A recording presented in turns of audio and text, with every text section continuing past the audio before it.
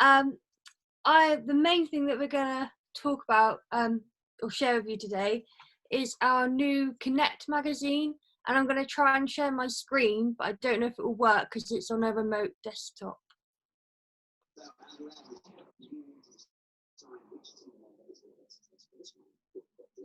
Can you see the booklet that I've just pulled up? Yeah, perfect. So this is our first publication that that went out last week, and it's being sent to all of our members on our mailing list, and it's also going to posted out, that is, and it's also being shared with all CCG networks. The local authority is sending it out, and so are community groups, and it is just to try and get people to feel more connected whilst they're not meeting up. So if I go down, it's got information. So all the latest photo symbols posters are in this booklet too. So this one's the face mask and the because you now have to wear it on transport, and the exemptions. And then it's also got several activities that people can do. Just try to scroll down. And these are our members. So in every one, we're trying to get members' photos and for people to send in photos so they can show what they've been up to. Recipes. Oh, I think it's frozen. And this is Dorset Echo. So Emily and William always write in the Echo, but we're also going to share that. And it's also open. So if anyone wants to write a blog or anything they've been up to, they can go in this newsletter and they can share it with everyone.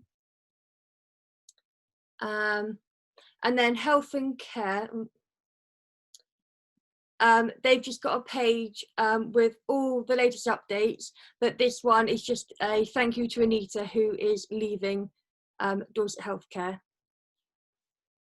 And then it's different on, because not 2 pages, but this is the friendship board, and people can write jokes or messages to members that they're not seeing, and they can also share photos. You can see some colouring that people have done. And then this photo here is from a coffee morning that we had recently, and staff, volunteers and members were part of it, just to try and get a big get together again. And then this one is what's on your mind. So it could be that someone went on a bus and it was different because they had to wear a mask for the first time, but it's also about how they're feeling as well. Sort of a lot of members are still feeling anxious, and it's about putting it in there so everyone can feel the same, that they're not alone. And then this is just useful information for people. And now in every newsletter, it's got a free post, so people can write their name and send us anything that they want in the newsletter, so how they're feeling, what they've been up to. And we are also going to start contacting people to see what they've been up to whilst the day centres have shut, just to see if they've been able to fill their time, and if they've been supported by the day centres who would normally have them there. We are also continuing to have management committee and trustee meetings, and more regularly than normal, just to oversee that the governance of the charity is still continuing, and that people of the management committee still feel included about the decisions being made at People First Dorset. And that's about it at the moment. Great, thank you for sharing. Has anybody got any questions? If you give me a wave, or oh, Amanda, is that you? That looks great, Zoe. That's brilliant. I just want to ask you, about your trustees and committee. One of the things that and Sam, you were great and got us in contact with Sue from Bradford, but about getting more people connected using tablets or phones.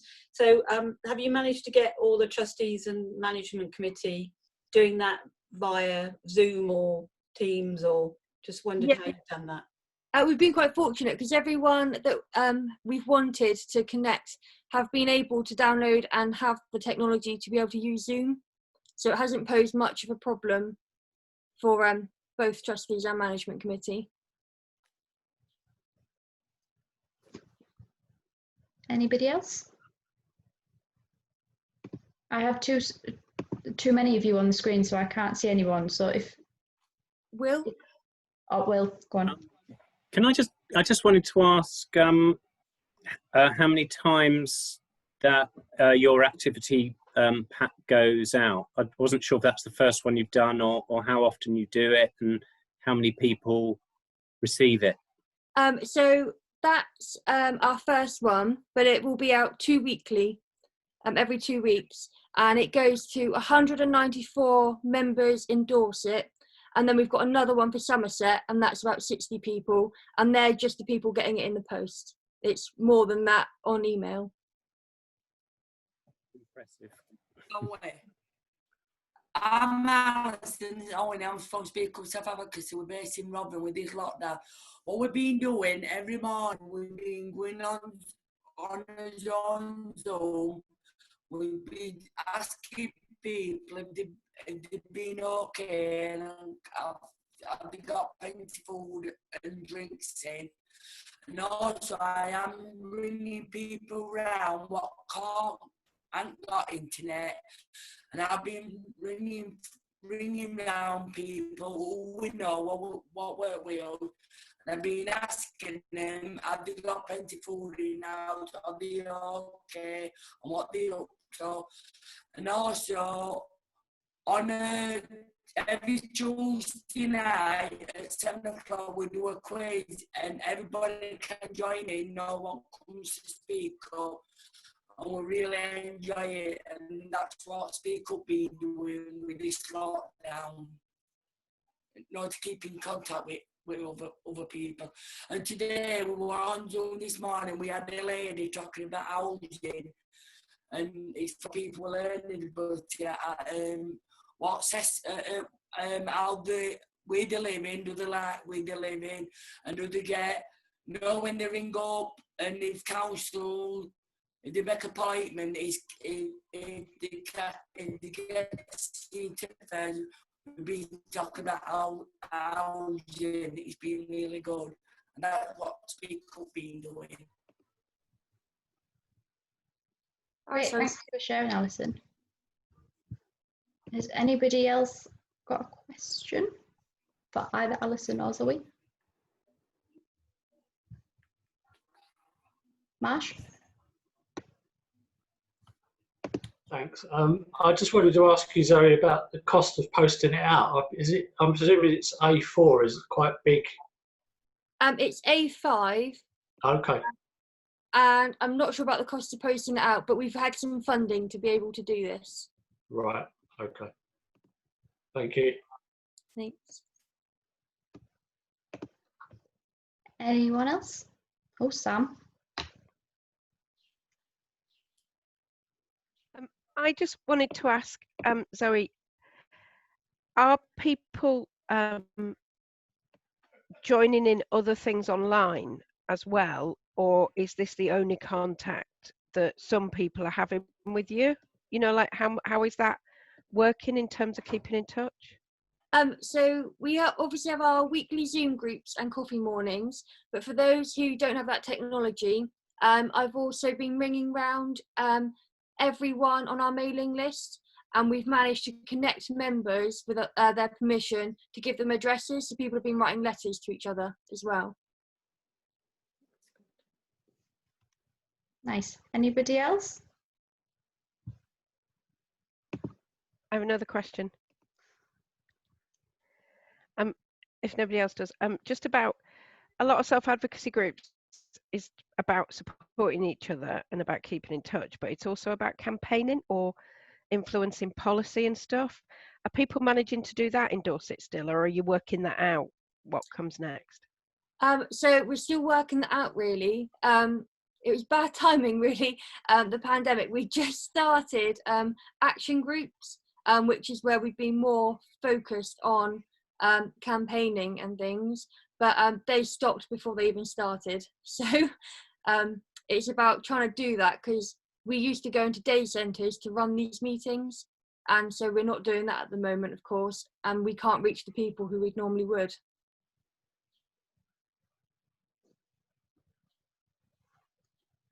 Anybody else? Oh, Georgie, I'm glad to see you've got on. I was getting stressed there when I saw your email. Anybody else for Zoe? Okay. Well, then I'm going to ask Elmi and Mary if they will share what they've been up to.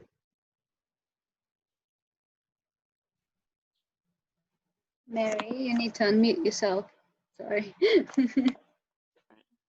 Hi, I'm Mary, I'm a member of Campaign for Change, C4C. This is the manager, Elmi. Well, you managed it with me. So I'll just get the email. So as a member of Campaign for Change, this is what we've been up to in lockdown. We made a good news newsletter written by people with learning disabilities and autism.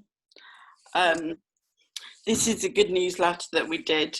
So it's different people from Campaign for Change, or people who we support with learning disabilities, and they wrote about what they were getting up to, and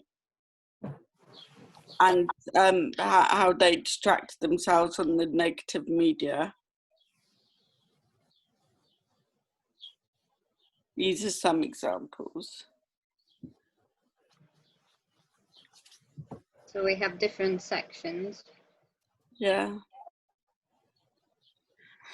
And the different houses that that's in our supported living provider.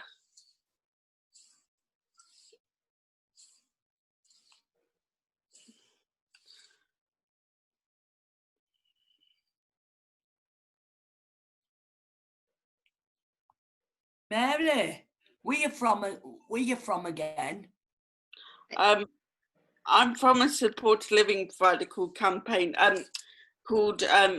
Achieve Together, and we have a campaign group called Campaign for Change. Yes, tell Mary.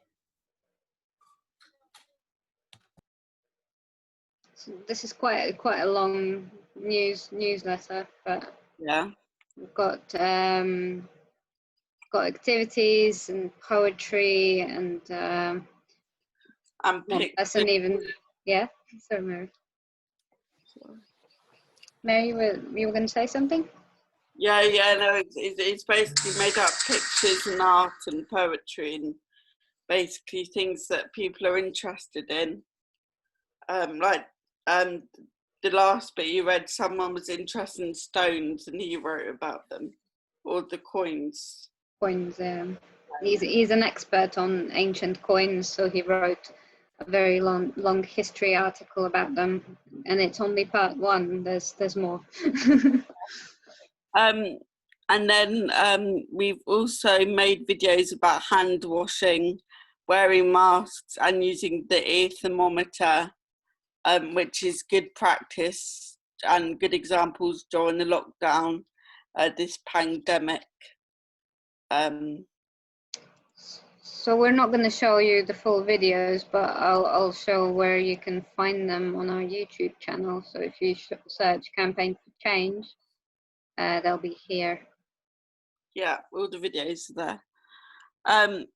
And we also did a holding wheel of engagement competition to make sure that staff continue supporting people to lead full and meaningful lives during lockdown.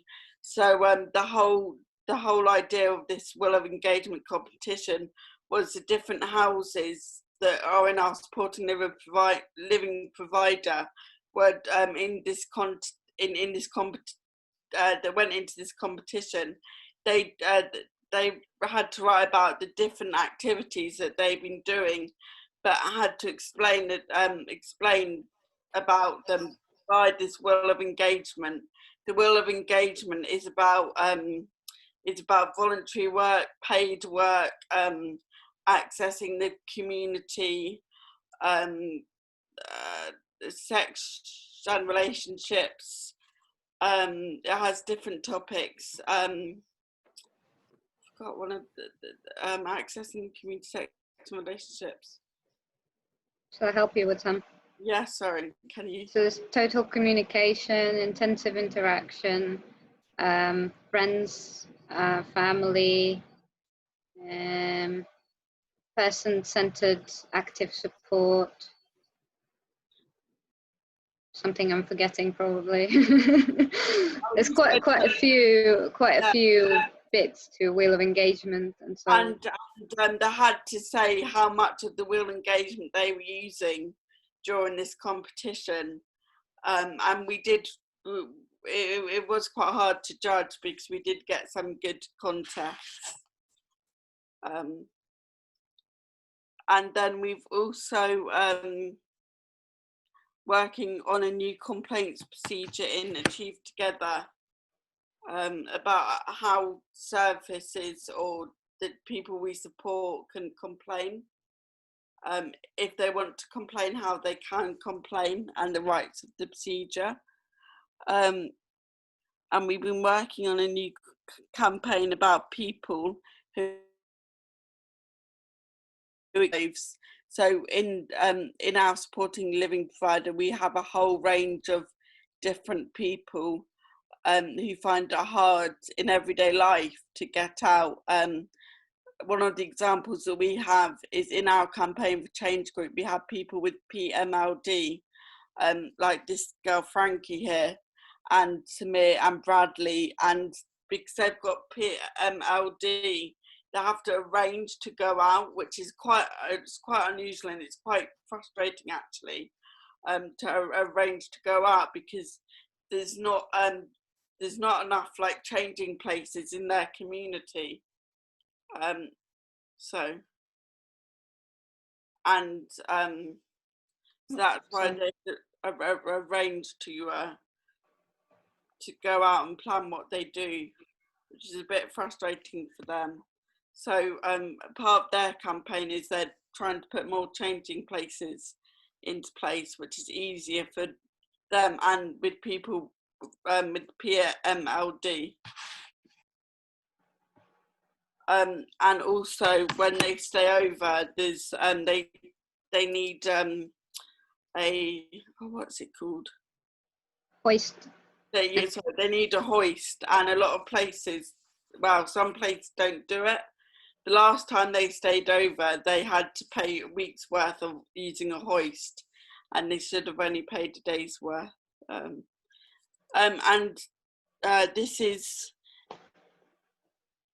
This is part of what we've been doing as well. Stay up late in our supporting living provider. A lot of staff finish their shifts at 10, which means people we support find it hard to go out and enjoy their social lives because of staff finishing their shifts at 10. We say that some staff should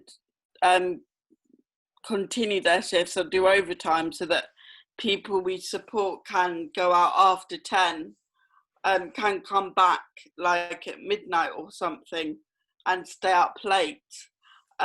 There's 2 people in our campaign for change group that are campaigning for this stay up late, and they do and they've done like discos and pool sessions as part of their stay up late campaign, and they've gone on from 7 or 8 until midnight. And didn't they do one last Friday, Almy? Is that right? Saturday, yeah. Last Saturday they did one. I think it was a pool one, wasn't it, Almy? No, so this was a Zoom one because nobody can meet up at the moment. Yes, no one can meet up. So they had like a party on Zoom, but it was also like in staying up late. Campaign. They were staying up late as part of their campaign. So the Zoom call stayed on quite late, which is what they should have really if people choose to do it. Yeah. To answer your question, Sam, they're not ready yet, but yeah, the people will be able to use them. We're just in the middle of creating the images and deciding what text is going to go on there. Yeah, and that's about it. That's what we've been getting up to. Yeah. Great. Thank you for sharing. You sound like you're doing loads. Has anybody got any questions? Becca? Yeah, just a comment on the staying up late. Some years back when me and Darren were doing the peer advocacy at the old ATU with Stacey Heritage in the times of John Tomlinson and Julia Shepherd, these are some of the things we used to raise with them, that people wanted to go to things like Under the Stars, but they couldn't because staff were finishing at 10. And a lot of stuff were done around then just by airing it for the people on the ATU, saying, yeah, these tenants, they're moving out into their own home soon. They'd like to stay a bit later. So staff started making a few changes to accommodate them. So that was good to see. That's brilliant. Thanks, Becca. Anybody else? Amanda? Oh, I think you're still on mute, Amanda. Sorry, I keep putting my hand up. Sorry about that. But I just thought they were really powerful images, and I just think having the single image of the person, and I'm always in lockdown. I thought that was very powerful. Thank you. Thanks. Anybody else? If I'm ignoring you, take your mute off and shout. I can't see all of your faces at once. Maggie, is that you waving? Oh, I think you're on mute, Maggie. I'm Richard. You know Richard? Sorry? Hello? Richard. Richard who, sorry? Oh, it's I just covering for Richard. He usually does these things, and he's told me to come to these meetings. Richard from Stay Up Late, perhaps? No, Richard, London. Yeah, from Lash. Thank you for coming, Maggie. I'm not from Lash. I'm not from Lash. Richard does some stuff. Lambeth. I'm Lambeth, yeah, and a rep, yeah. Cool. But we've been doing a lot. We've been doing Zoom on meetings, and we've been doing.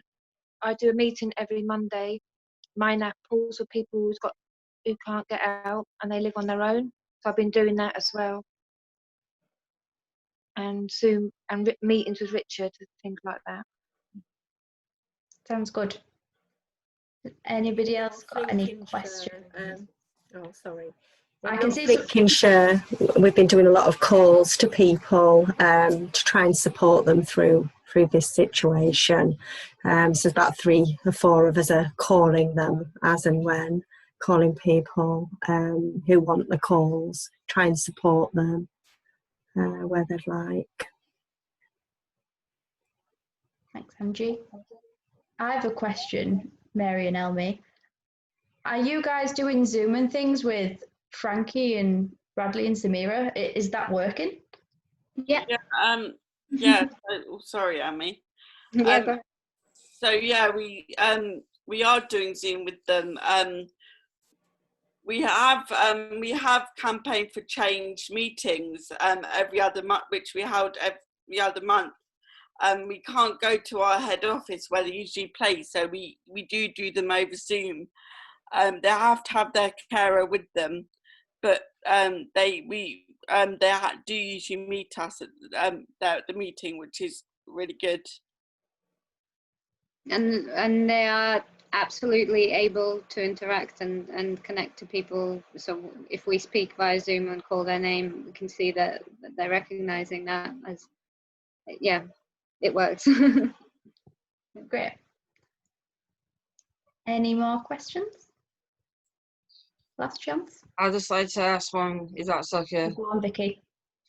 Mary, do you have people in your group what like make arrangements out of your group behind doors where you meet up and go out drinking and things, or just meet up as a group of friends?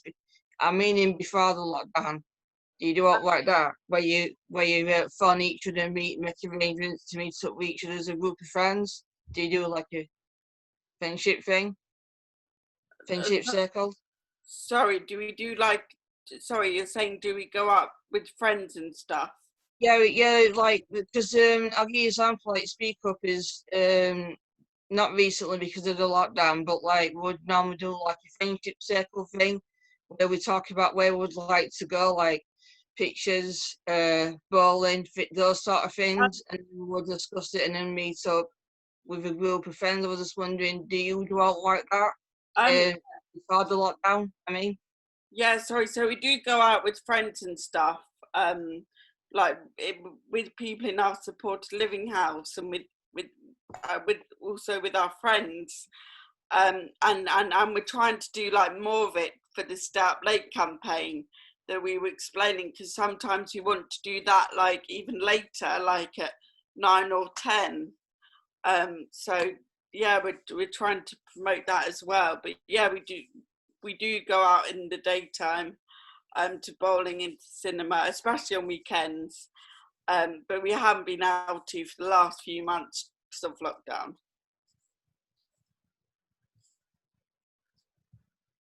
Sam? Sam? Oh, can you not hear me? Sam, hello? Hi.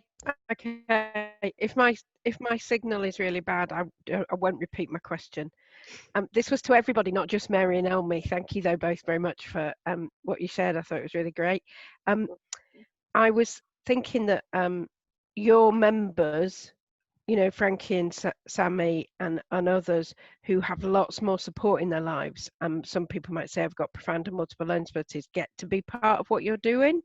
But I don't know how many other people who have loads of support are getting to be part of what people are doing online. Do other people on this call know of people who are getting help to be part of groups or you know, support groups or campaigning or policy work or anything? Is anybody else managing that?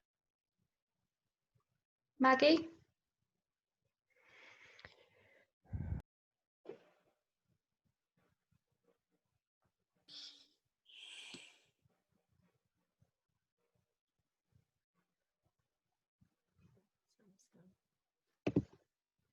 Yeah, I've been doing for Richard. We're doing everything on Zoom. Hello? Can't hear me. I can't. Thanks, Maggie. And, Yeah. and what about people who might need lots of support? Are they managing to get on? Some of them haven't got phones, but they're getting help. They get help by their support workers. Okay. Had some difficulties in Lincolnshire with phones that we gave out because they were a little bit confusing. So where we've needed to, we've contacted people on their own phones or tried to find another way of communicating with them. Can I just say the Lambeth stuff with Maggie, that we haven't been able to get people with profound multiple learning disabilities to our forum meetings, but we have linked in with Lush which meets in Lambeth, and they have a weekly meeting that people are supported in all the houses which are part of that to go along to, and they also run arts and crafts sessions and yoga and things like that, but they'll have support directly from the support workers in the house, and that, I mean, that's seen as being part of their support needs to get them to those meetings. Thanks, Jane. Anybody else? No. Marsh? Yeah, I think it was a good question from Sam. I think if we're being honest, it's something that a lot of self-advocacy groups struggle with, getting people with more complex needs involved in their speaking up groups. Just before the lockdown, we were going to try and work with an arts organisation about running a session for people with profound learning disabilities, which would have involved lots of music and movement and not talking at all. But we didn't get a chance to try it out, which was a shame. And I know they've tried to do it online, but I think they only had a couple of people there. So we've struggled with it. But we have had, like Jane said, we have had people, staff that will support people to join in on Zoom and log in for them and set the stuff up so that at least they can hear what's going on, even if they can't sort of join in verbally with the conversation. But it's a challenge, and I think it's something that we need to think about all the time. Vicky? I was going to say, and I agree what is being saying, because Zoom does work really well for Speak Up. Everyone who's managing to get onto it, but the ones what we do actually have problems are not just about supporting them, but helping them to get on Zoom, and it's the people who live in care homes, or especially if they live on their own, because they probably don't have the laptop or the phones. But that even we do have one chap what comes to speak, what works for Speak Up, and he is blind. He does live in a care home, but his care home staff have been supporting him to come on Zoom. So he is been coming on, even so he can't see us, but he can hear us. So that has it has helped in that way. But we've just carried on what we've been doing right from the start, from the lockdown really. Me, myself, Alison and Jodie, and that's making the phone calls. What's been really useful. Other way we've been doing it is, I don't know if you've heard of it, but we do things by texting people by WhatsApp, by the ones who can send a text message. So we get in touch with people in all different ways as much as we can really.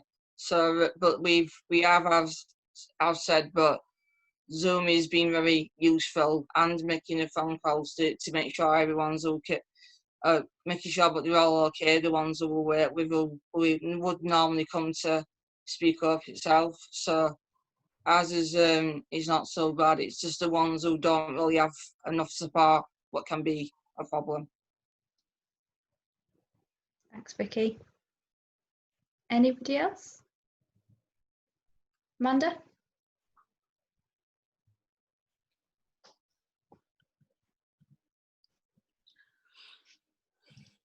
Oh, there I am. So yeah, we did a similar project years ago with doing art stuff. And I think that's really important. But one of the things that we were doing, and we want to do a bit more of, is for those people who are in like residential homes, have got providers, and that would be people who might not be able to speak. And we've just wondered what the local issues were, and if there's anything you could recommend when we're phoning individuals, but we're also phoning residential homes and providers, and finding out what's going on and where, how people are. But has anybody got any questions or recommend anything that we should be asking or looking out for? And if you've had similar experiences of doing that.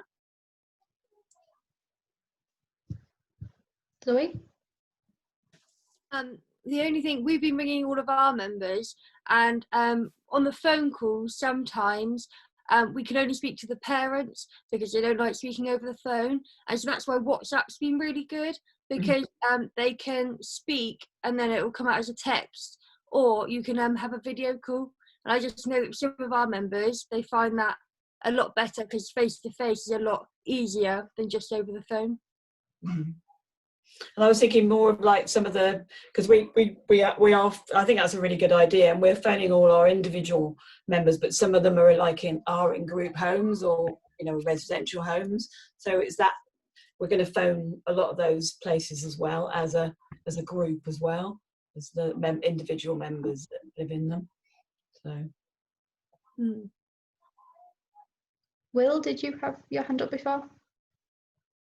I was just going to say that the big problem we're finding is people who live on their own either independently or semi-independently, that don't have Wi-Fi, because we're already looking into buying some tablets and devices for people, but then we find, well, that's only kind of a third of the sort of battle done. We get a bit stumped when people haven't got Wi-Fi. So we're really interested in hearing from other organisations who have found solutions to that, or have got any information about, I don't know, cheap Wi-Fi deals or just easy ways we can get Wi-Fi to people. Will, at McIntyre, we've been using dongles and pay-as-you-go. So sort of 30 days, give it a go kind, just in case it's something that the person didn't want to invest in. But the dongles have been really good, especially in places where internet hasn't been. So, how much do they cost, or roughly? You can always email me separately. I don't want to take up our loads of marketing time. team did all the groundwork. So no, yeah, I can Okay. email you, absolutely. That'd be really useful, yeah, if you can. Yeah. I'll put my email on chat. Okay, Will, I'll write it down. Okay. Will, I'll put in the chat a link to the Leeds Migration Partnership blog that has a ton of stuff and loads of guides about Wi-Fi and dongles and getting it to people. So even though it's from the Leeds Migration Partnership, it's got the same things we all want to know. And I will tell you all now, I have a conflict of interest. My husband wrote the post. So obviously I'm really biased. I think it's rubbish. But I'll put a link to that, and I recommend it to you all because it's got loads of different pros and cons about different ways forward that they've all tried. Great, thank you. Kim, did you have your hand up? Yeah, I was just going to say that BT will do a basic package for people on benefits, but it's not for everybody, and I think it is income based, but it's worth looking into. Somebody else, I got broadband for £18 a month, so it's not as expensive as it used to be, but obviously there is still a cost attached to that. Thanks, Kim. Anybody else?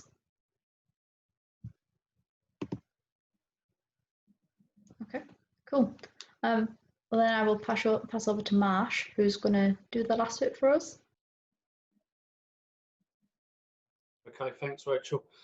There's a couple of things I wanted to talk about today. I'm not going to go into everything that we do because I've spoken about that on here before, and it's similar to what a lot of the rest of you guys are doing with newsletters and phone calls and Zoom meetings and that kind of stuff.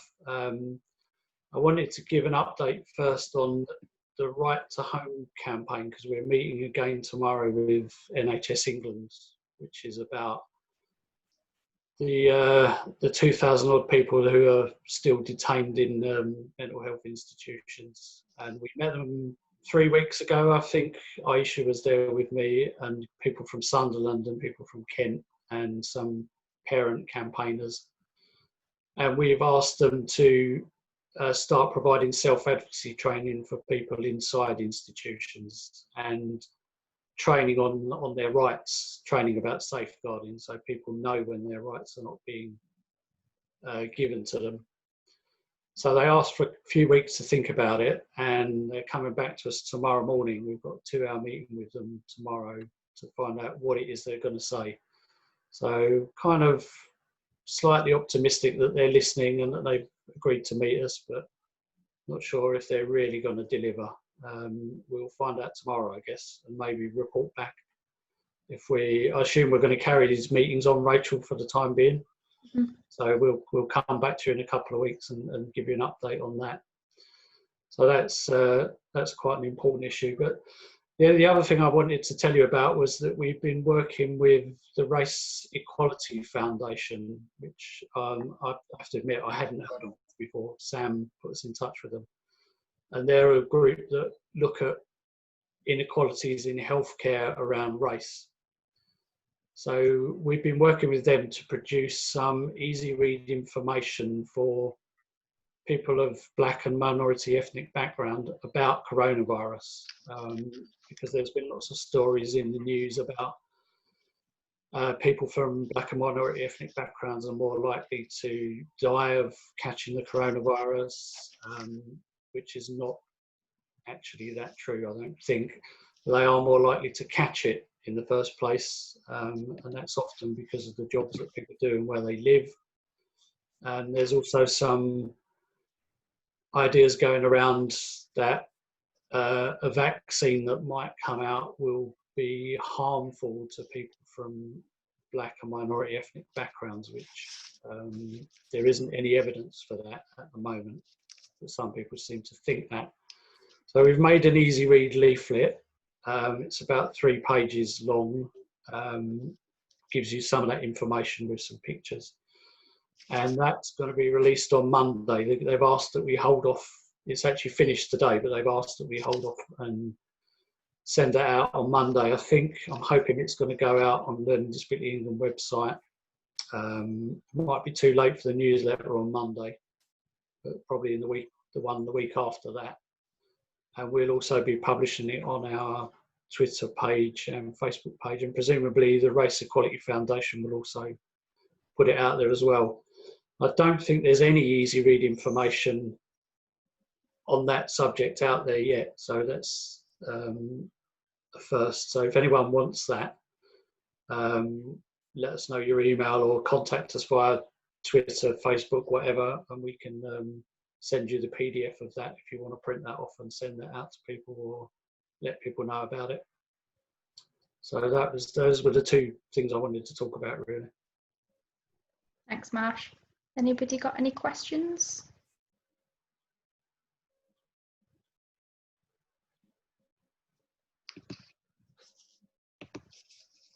Sam?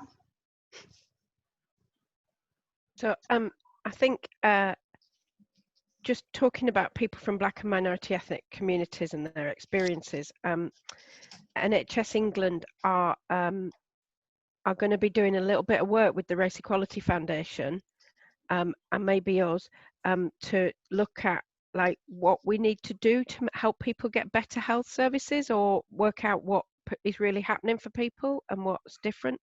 So there's going to be a couple of online meetings. They're only going to be small. They're going to be like small focus groups.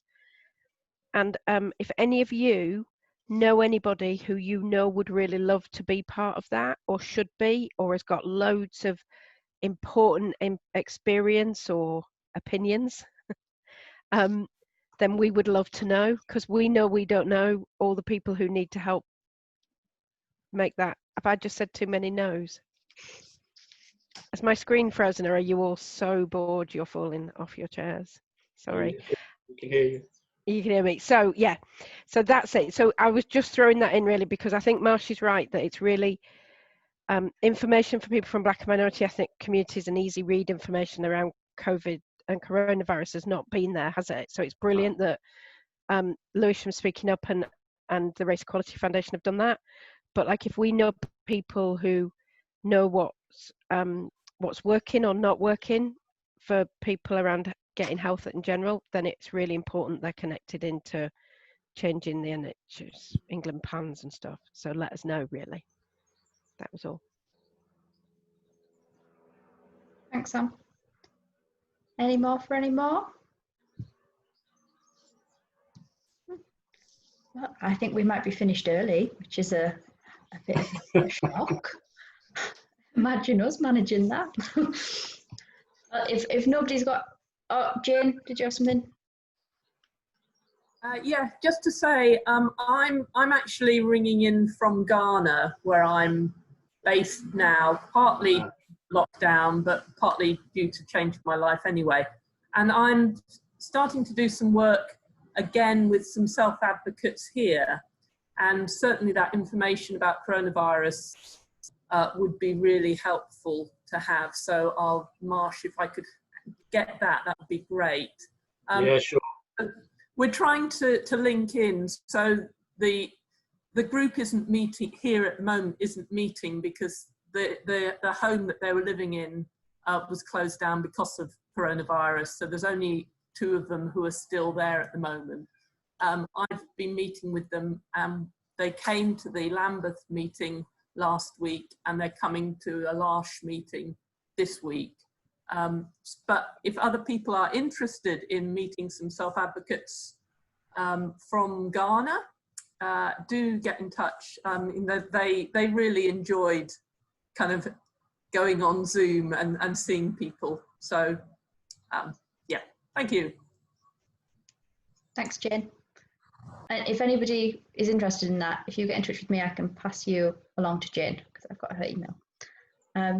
Has anybody else got anything they would like to share quickly, or any questions? Becca? Yeah, as well, there's been issues where our partnership boards have not been meeting on Zoom. We have approached Caroline, who's looking into setting some Zoom meetings up at the end of June at some point. It's going to be quiet, but the one of the reasons is that the head of learning disabilities, not to mention his name, is generally not a bad person, but he doesn't realise the history of advocacy and self-advocacy and all what's involved with it and why these meetings are needed. So that's probably what's slowing things down. So, but we are looking into getting the meeting set up around any time. So that's good that they're setting that up. Is anybody doing partnership boards that are doing it well, do you think? Want to share anything?